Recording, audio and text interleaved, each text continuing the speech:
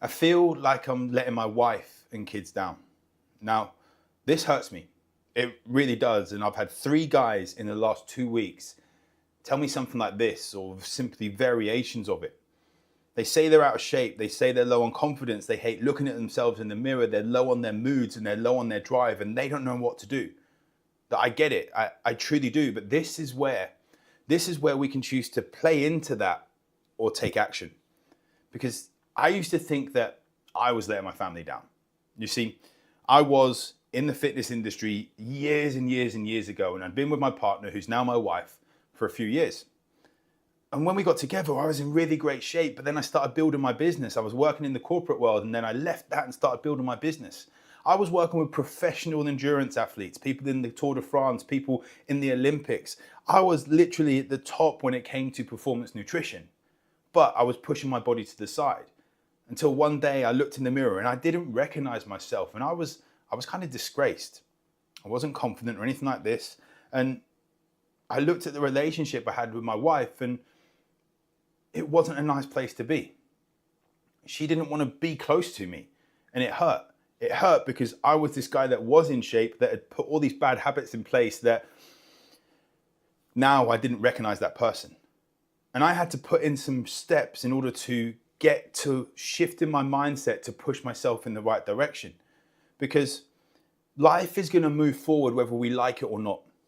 And you can choose to move forward with your health in a positive way or a negative way. It won't stay the same. It will either get better or get worse. And those 5 things that we had to look at, we had to look right at myself. I knew what to do to be in shape. What had I changed? What habits had I brought on board? The first thing was looking at those habits. Many people, and the guys that I spoke to, they say they struggle with getting habits in place. We don't usually struggle with getting habits in place because it's bad habits that have stacked up over time that have now become automatic, that are in place in the first place. And many people try and shift those bad habits at the same time as building good habits. But what we need to do is stack on some good habits to then pull the bad habits away. So what are those habits? That you go into sugar at night, you go into alcohol at night, you're staying up later than you need to be, you're addicted to porn, you're just having loads of alcohol, you're having drugs, all these things, or whether it's gambling, things that just aren't fulfilling you. What are those habits? Are you not getting the movement in? Are you saying you don't have time for exercise? Are you saying you can't eat healthy, or it's too expensive, or whatever it is, or your job is too busy? Because you absolutely can. We just have to build the right systems and put them in the place that allows you to work where you are right now. The second thing was finding for myself, what is the lowest hanging fruit that I could do to get my daily wins and move forward? So many times we actually look at, how can I improve my health? Oh, there's 10 different things to do. I need to do all these things. I need to work out 5 times a week. I need to go carnivore, go keto, go vegan, go whatever it is, fast, all these different things. When actually in reality, we just need to do some small things and build them up. So what are those wins? I say to people 2 questions. What's one thing you can add to your health right now that will allow you to improve your health? And what's one thing you can take away from your life right now that will allow you to improve your health? I guarantee you can find one of each of those things. Start there, do that. Get yourself accountable to actually doing it and checking in with someone. Then we have to look at why. Why are you doing this? I look at my daughter and I wonder,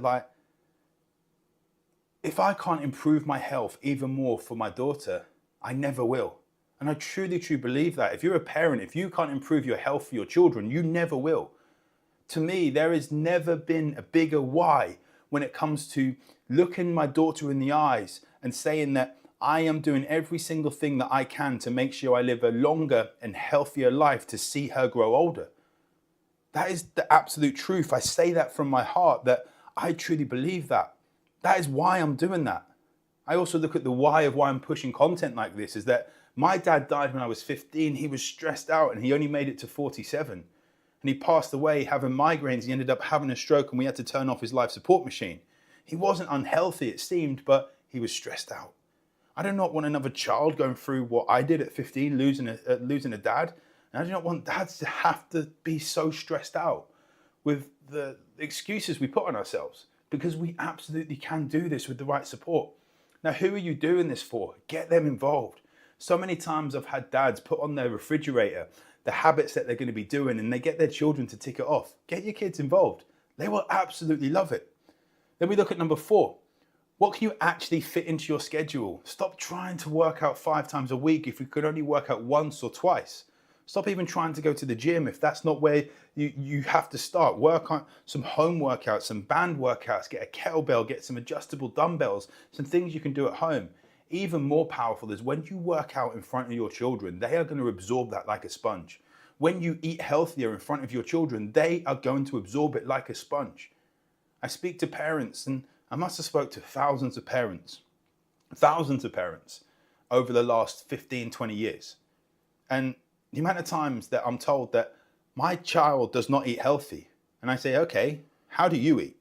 They are looking at the health habits that you are picking up, your dietary habits. So if you're eating chips and burgers all the time, and not eating many vegetables, chances are they are not going to like the vegetables as well.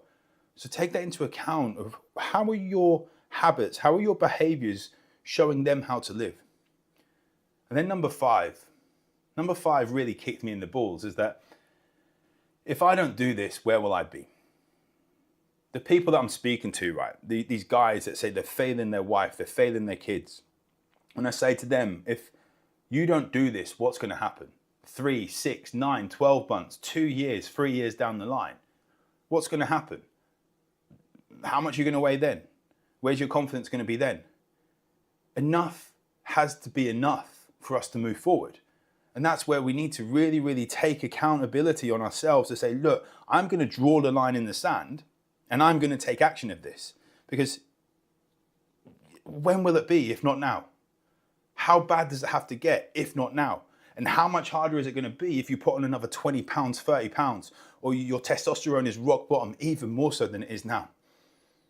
These are questions that I had to ask myself. These are things that I had to go through to get back into the shape of my life as I go into my 40s.